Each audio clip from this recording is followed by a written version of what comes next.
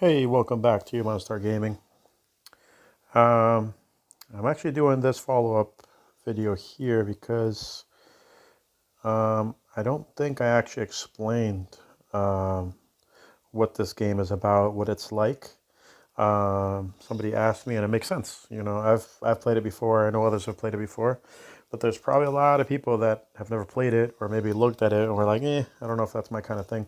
So I wanted to tell you a little bit more of what this game is, what it's about. What sets it apart from other games. Um, why it might be something that would interest you.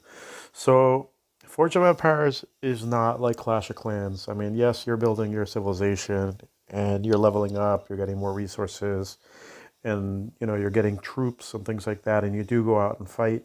But in this game, the fighting, I'd say it's like 25%, maybe 30% of the game. Um, it's very important, of course, because you want to expand your territory, kind of like in Civilization. And as you expand your territory, you get a lot of bonuses and perks from doing that. Let me show you the map real quick just so you can take a look. So it's really cool that way that you can keep expanding. And as you get more influence in the various territories here, you get bonuses.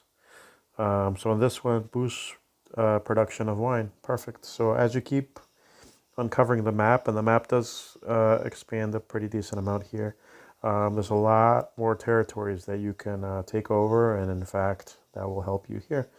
That rewards you with that. So in that way, it's really good. And there's other little skirmishes that you can get into. You can pillage other people, things like that. So it is a game that you eventually do want to have an alliance, people that will help you out with goods. They'll help you develop some of your buildings further. So people that are coming from dominations, this is, I would say, probably in some ways a slower pace to dominations. And dominations, there's usually like a few different things you can do, and then you go battle, battle, battle, battle. Here, you can't really battle that often, until you kind of build up your forces, and it gets harder the further you go along. But it's a different kind of battle. There's a lot of strategy to this kind of game. Now, you see on the top here, it says next point, 44 minutes and something. It's ticking down. So every hour, you're going to get a forge point. The forge points are going to help you with doing research. So let's go back over here. So let's say I wanted to do woodworking. I would need 5 forge points to complete that. And then we can go over here. I would need 8 total to complete this one. So it tells you how many you need, but sometimes you need other goods in addition to that too. So down here you'll need coins and tools. So basically you're looking at 2 different things here. You're looking at gold and tools. In dominations, you'd be looking at food and gold are the 2 primary resources. But there's not too many more resources after that. So in this game, um, this would probably lean a little bit more towards like a SimCity Build It, and not heavily, but in the farming aspect of it, which means that you want to collect different goods for different things. Now, I'm very, very early in the game, so there's not a lot going on here. But look, you can do cabbage, bananas, apples, cherries, melons, tomatoes. Because I'm in the Bronze Age, I got a fruit farm. And you wait, and then those will produce tools for you, which you're going to need to spend to build things. Pretty much everything you're going to need tools for. And then the other thing is gold coins, which you get from your taxes and things like that. Let me see what's going on over here.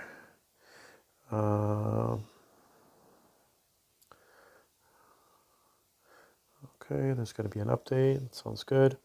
Now, the other thing that's really interesting here is how there's different ages. So if you go to research again, and this looks different than when I played it over a year ago. They seem to be a little bit more polished than before. You have all these ages. You start in Stone Age and you keep progressing as you go along. As you progress, though, you're going to unlock new buildings, new levels of buildings. You're going to be able to do,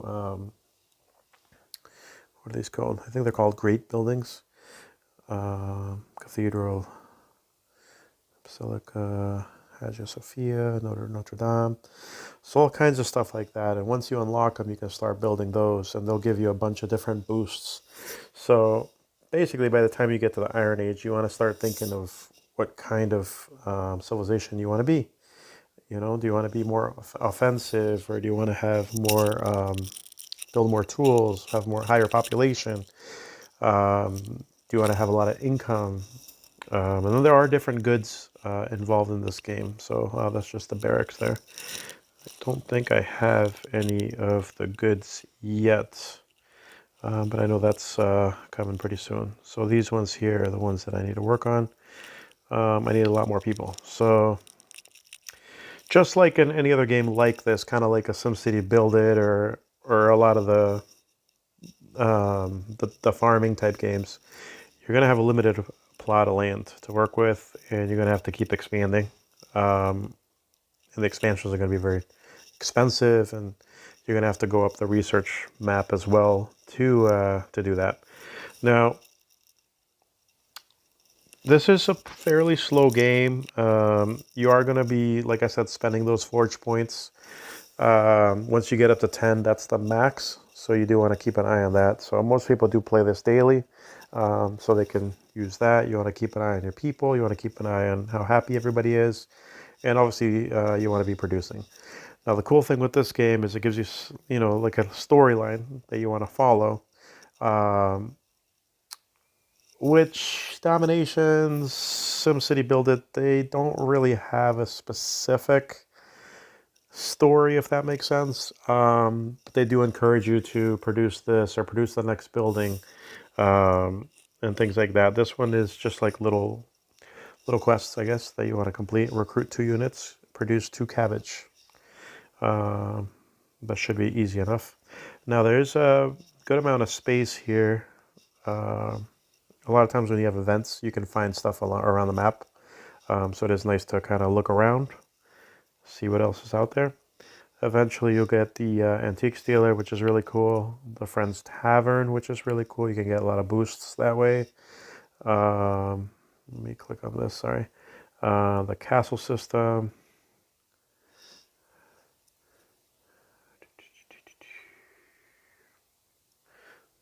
Which I need to read up more on because I don't know if that existed before. I'm just reading it really quickly. Okay, cool. All right.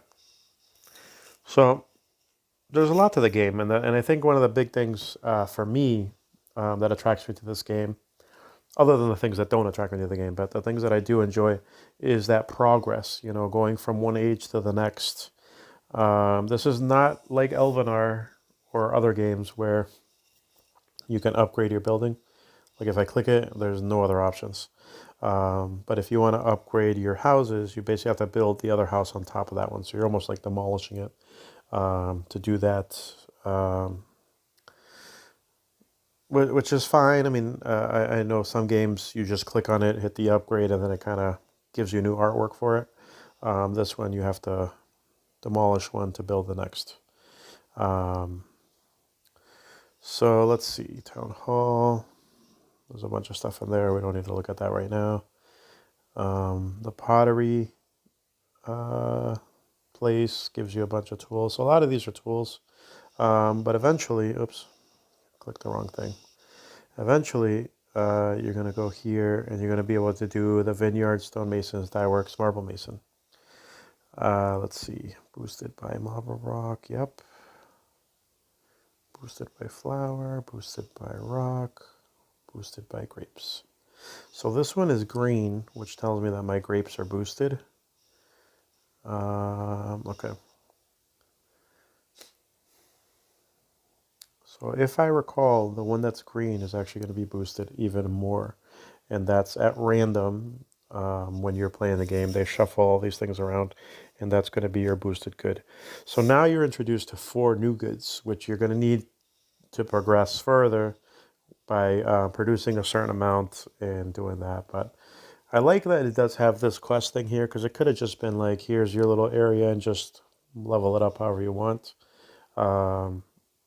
which would have been fine. You know, nothing wrong with that, but it's nice to have these little quests to keep you focused. And you kind of can see how they progress. And these are just different, what do you call them? Tutors, or and they kind of talk to you and tell you about different things, keep you focused, which is really nice. So I forget what I was actually working on here. I think I wanted to build something, but I need more people. So let's see. The chalet, whatever it's called, is going to give me some more people. So let me see if I can build this. No, you do have to be along roadways or pathways. So let me do this and move this over here so it's connected. Okay. Because if it's not connected, then it's not going to be producing or doing anything. So I need some more people.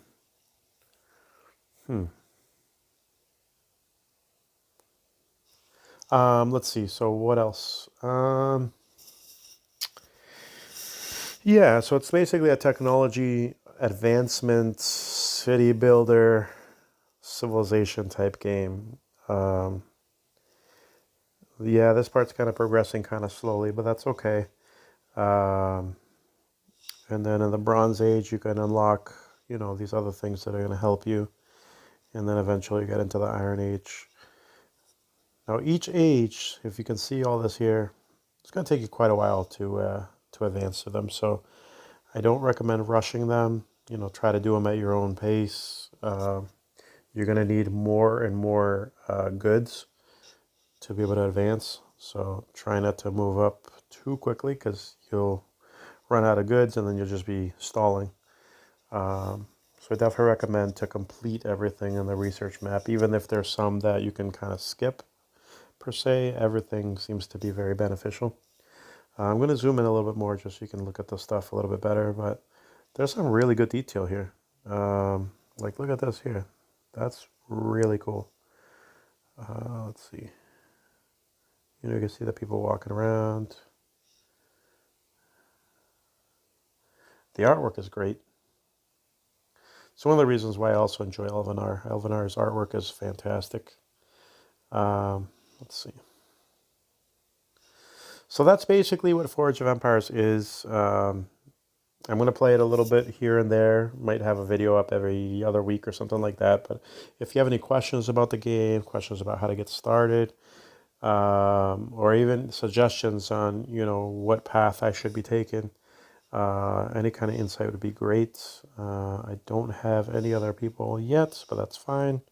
Kind of taking my time a little bit. But yeah, that's Forge of Empires. Hopefully I can make it, you know, a couple more levels in a little bit, and then you can kind of see the difference between the buildings because they are amazing looking as you keep progressing. I don't have any of the original houses because I already upgraded them all, but they all look very unique, you know, great artwork, and fun game. So yeah, just wanted to give you an idea of what this is like. The battles, by the way, are on a grid system, and they are turn-based. But you can auto them and things like that, which you wouldn't be able to do in Dominations because there's a lot of skill and gameplay in the battles, Clash of Clans, all those things. That's such a big part of the game versus in this one, that's very, very important, but it's not a huge part of the game, if that makes sense. This is more about building your civilization, becoming really powerful, getting the right buildings to help you advance and give you a ton of production. And what's it called? And just watching your whole civilization evolve. That's a really cool part of this game. All right, everybody. Thank you. Bye.